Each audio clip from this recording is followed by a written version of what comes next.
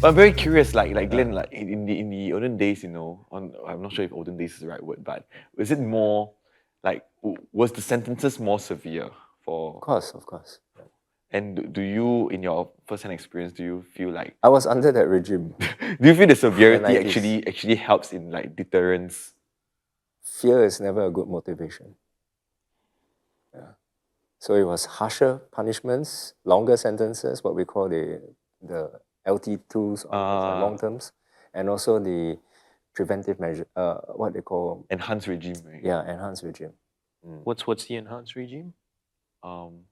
It's just more extended periods of time and Caning. withdrawal of privileges, caning, of course. Yeah. Okay. Much more harsher than the other countries. Yeah. I think that generally, I mean, coming from a law student, generally that is the idea, right? Like it's the harshest possible sentence, so that you deter people through fear. Yep. But you're suggesting it doesn't work. I think as a society we can go down that what would you call it? As a society, we can go down that wrong path of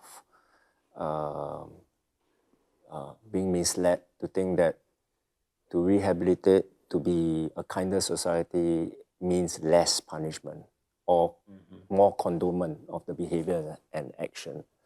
So in Singapore, the authorities are very clear, still zero tolerance right now. But they have adopted a more humane way of dealing with this so-called sickness.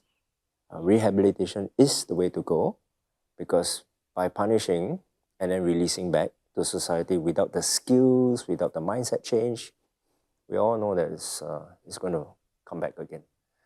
So now you've got lots more programs, psychological programs, intervention, counseling, even work and employment preparation. All this is to help curb reoffending. It's true. So that has been the change. And of course, in the early 2000s, when there was an introduction to not just a prison system, but a whole of nation movement called Yellow Ribbon. Right. And Yellow Ribbon really means the philosophy of that is to give a second chance. And I think today, fast forward 20 years, it has done that job very well. So no longer is there a stigmatization. People are more willing to accept, willing to support, and they are more educated, more aware, more informed what needs to be done to help someone in recovery, to be reintegrated back into society rather than distance. So I think in that regard, they have done very well. I actually do remember seeing the Yellow Ribbon Project when I was a kid. But I mean, too young to understand the actual significance of it.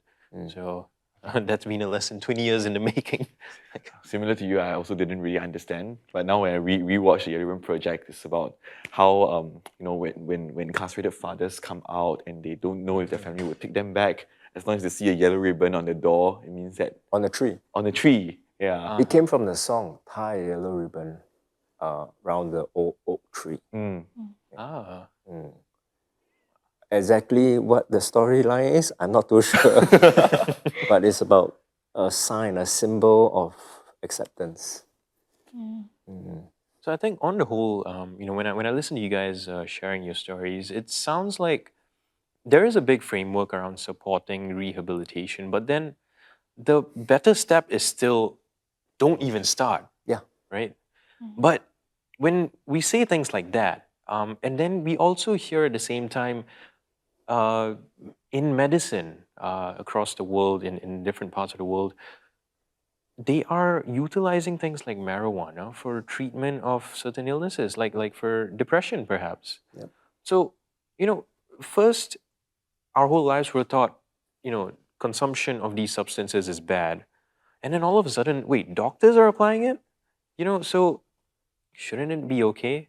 And that's in certain, colloquial places, you hear these sorts of conversations going around, and then even online, actually, they're like, "Dude, it's legalized, it's okay. Why doesn't the rest of the world do it?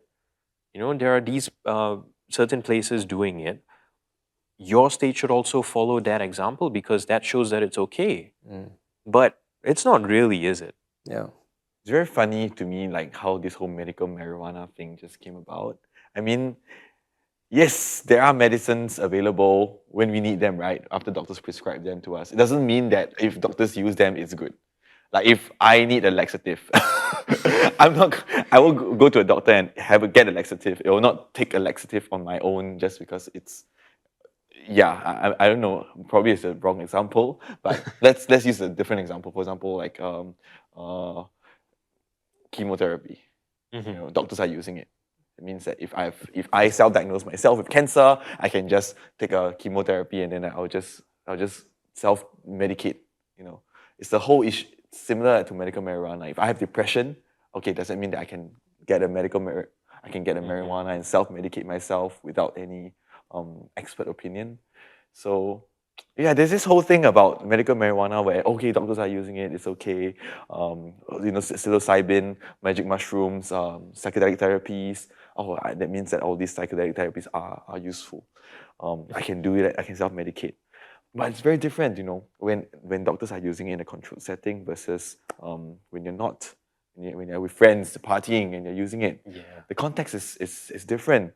And I say this because I've seen firsthand what happens when you self-medicate in a non-controlled setting. Someone had a seizure, like right in front of me. Like we're using.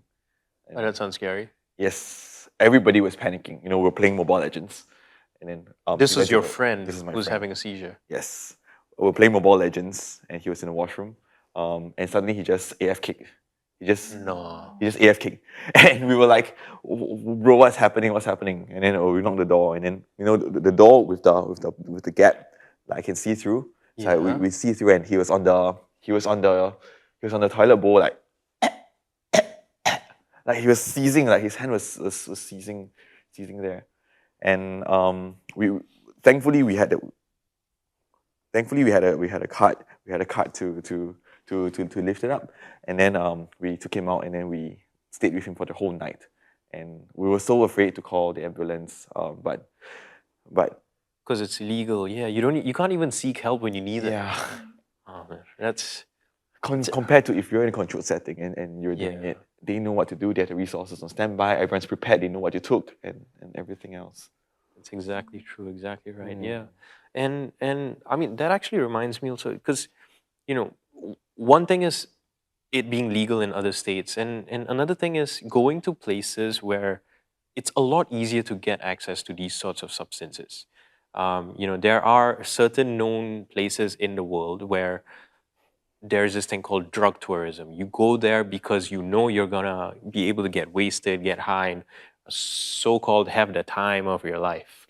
And that's also another. It's not exactly okay, is it? Because legally, you're not actually allowed to go and consume drugs somewhere else just Right. because it's illegal here in Singapore.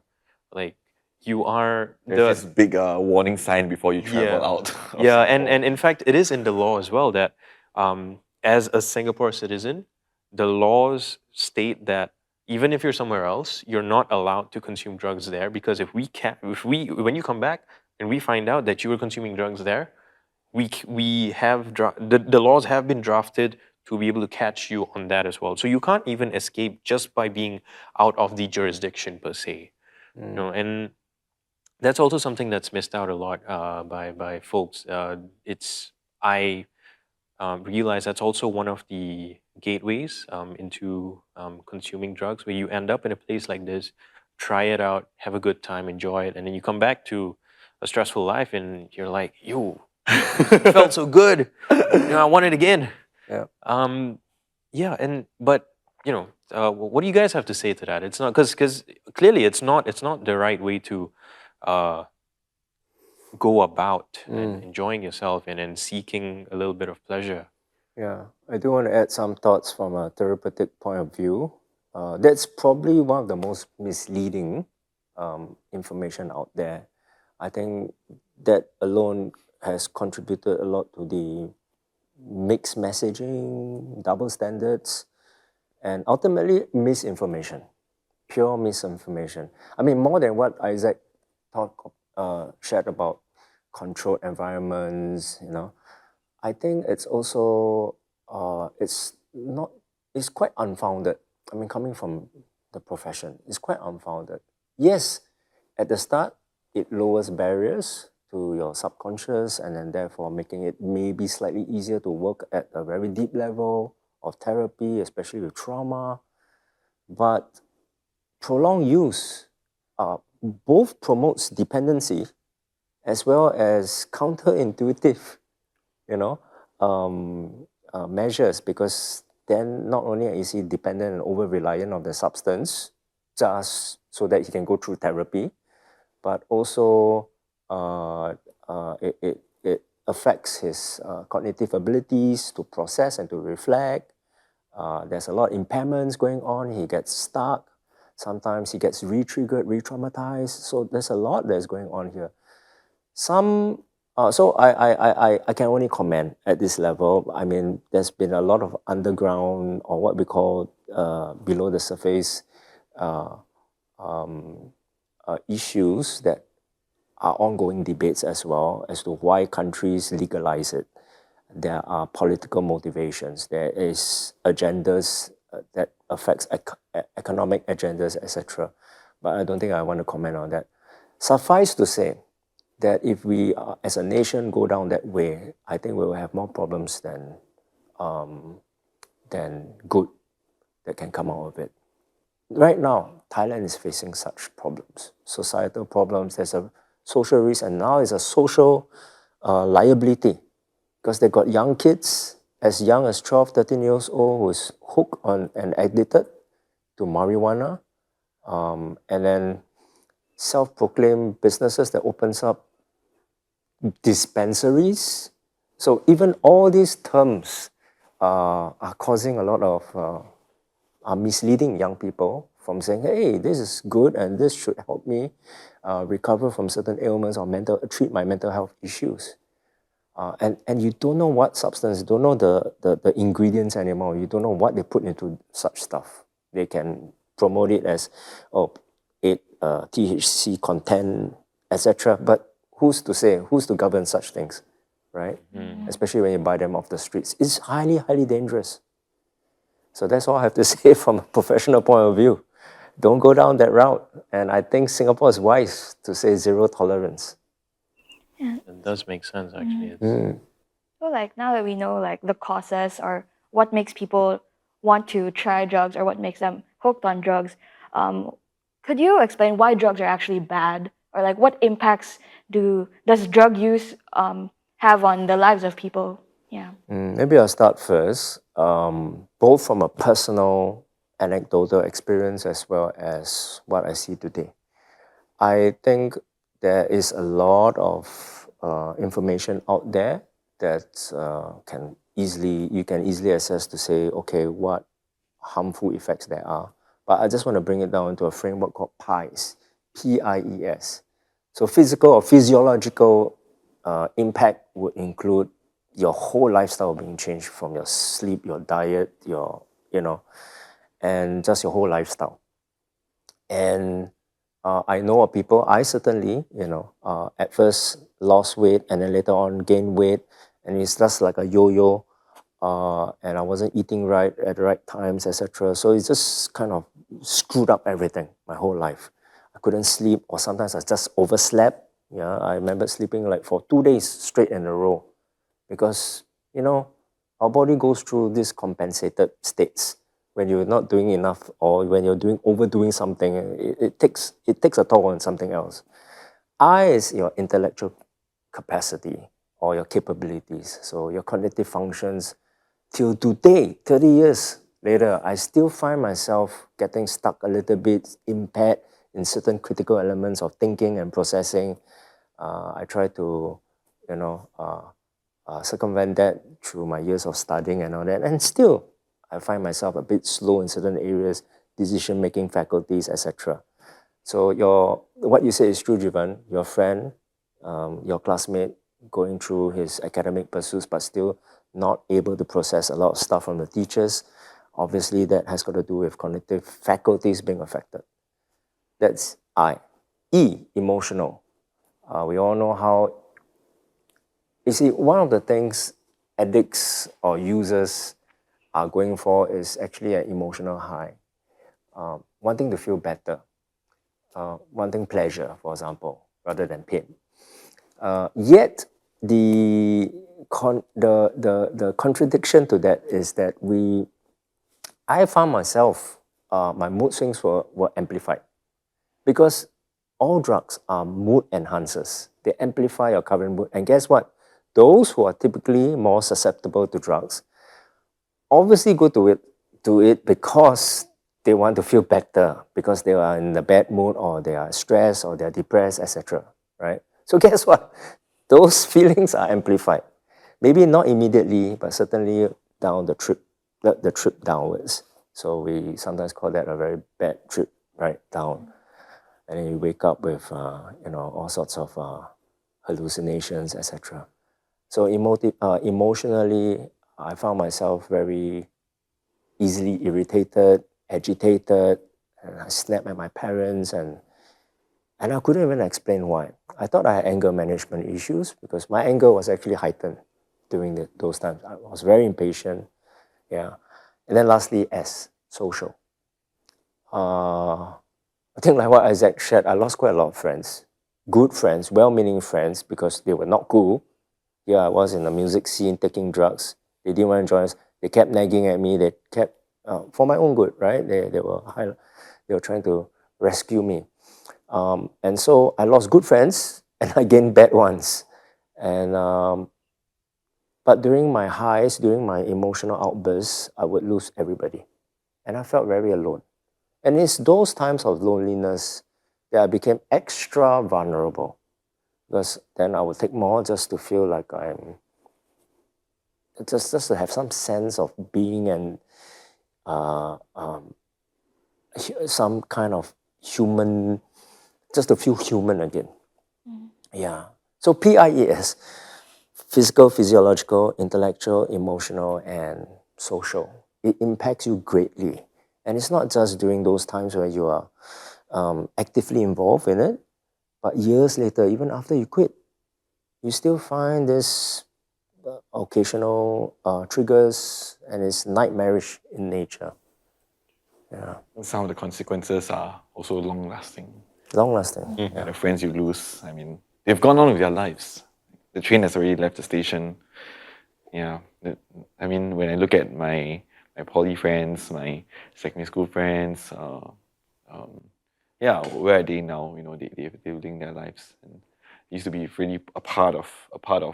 I think for us when we're young, like the friends is the most important bit, right? You don't want to lose them. Yeah. But yeah, and when you see on social media that they no longer invite you to stuff, you know, they're now they know that even if they invite you, your mind will not be there because of the previous experiences they had, you know, with the drugs.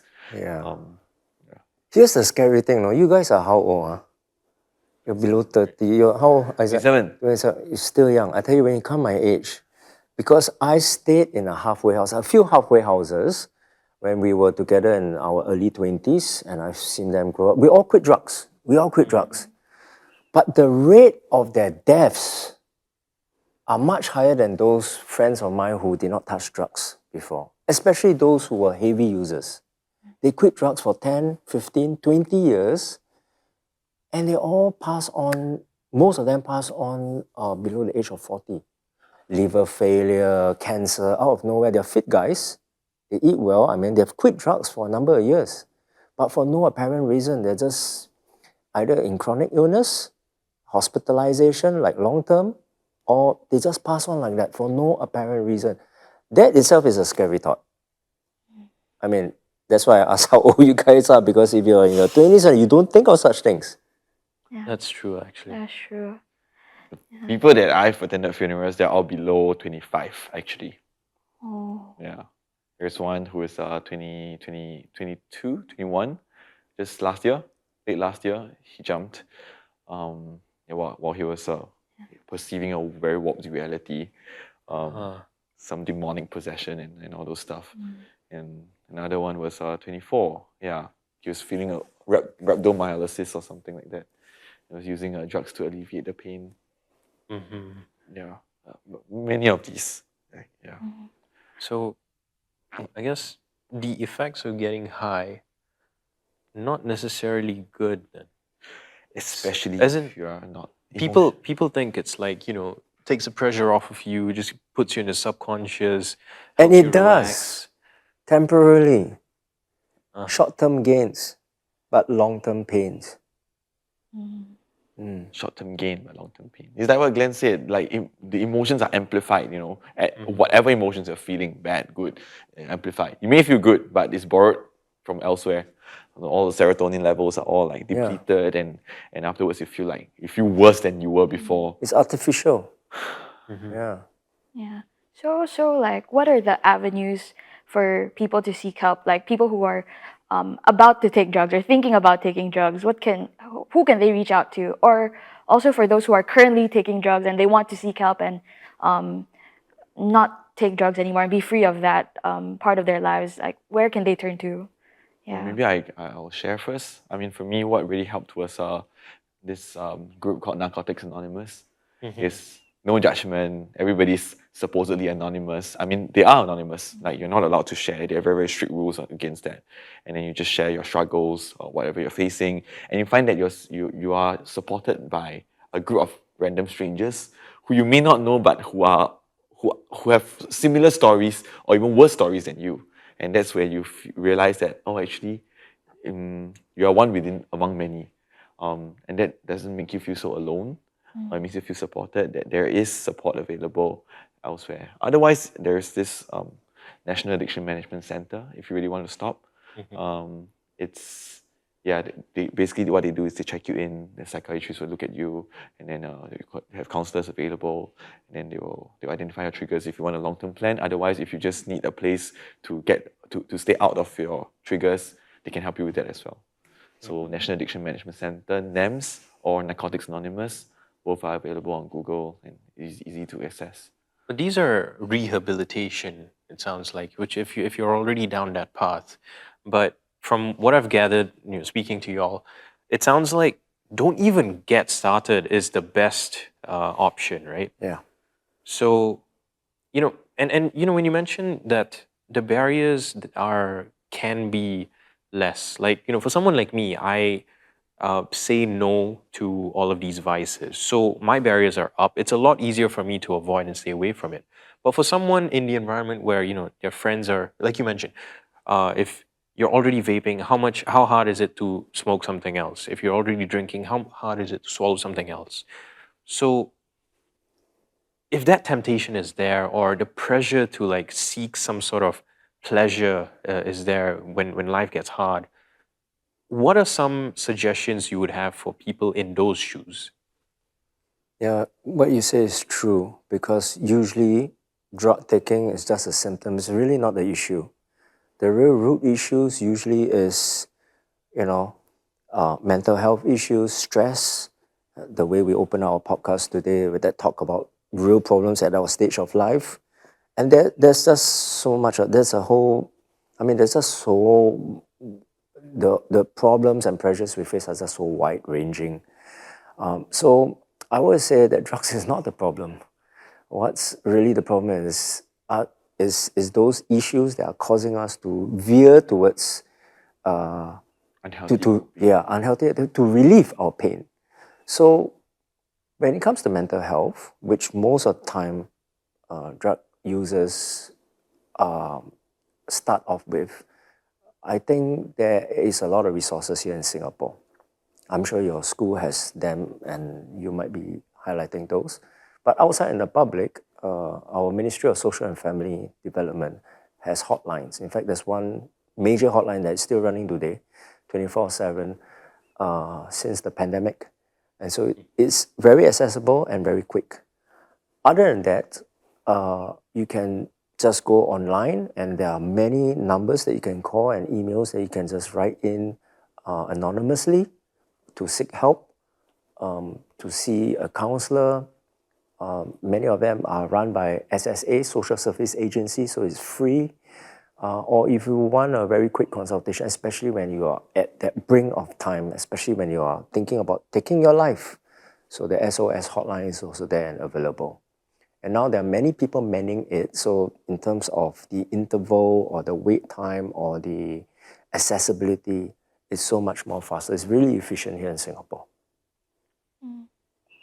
Yeah, to add on to that, like within NUS, we also have a few support systems set in place for students. So for example, the place we are in right now is Pit Stop. So whenever students are feeling stressed or wanting a break from studies, they can come here. It's a relaxation place.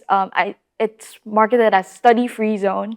So you're supposed to take a break, not bring in your books and things like that. Oh. And then there are counselors inside Pit Stop where you can have a chat with if you're having a hard time.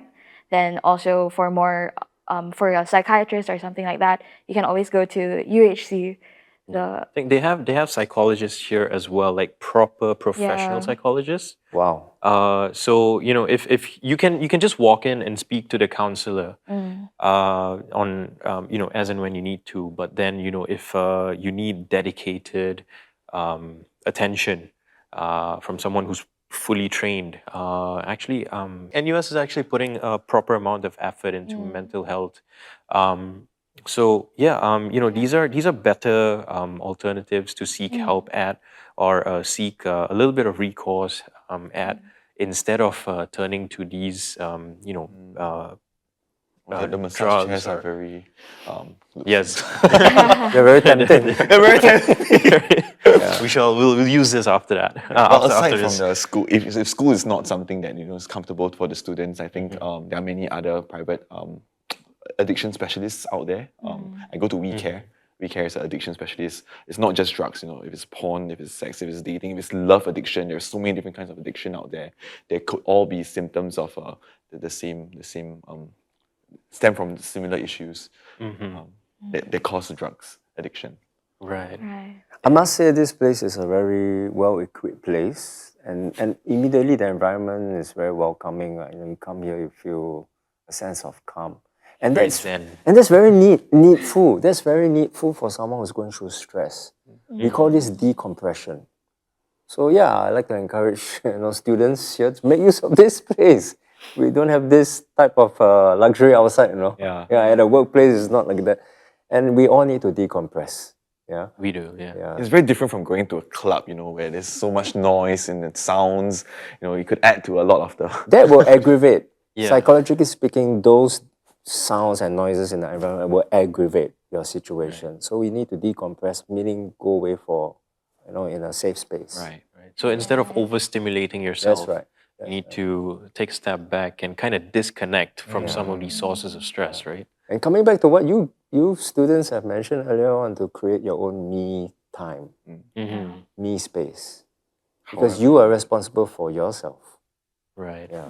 So with that, we would like to end this episode. Thank you to our guests. Thank you so much for Thank having you so us. much for coming on. Yes. And for our listeners, we hope that you liked this episode. Please do follow us on all of our socials. And please do come back to listen to our future episodes. Thank you so much. Click here to subscribe. Where is your boxer? WHOSAY.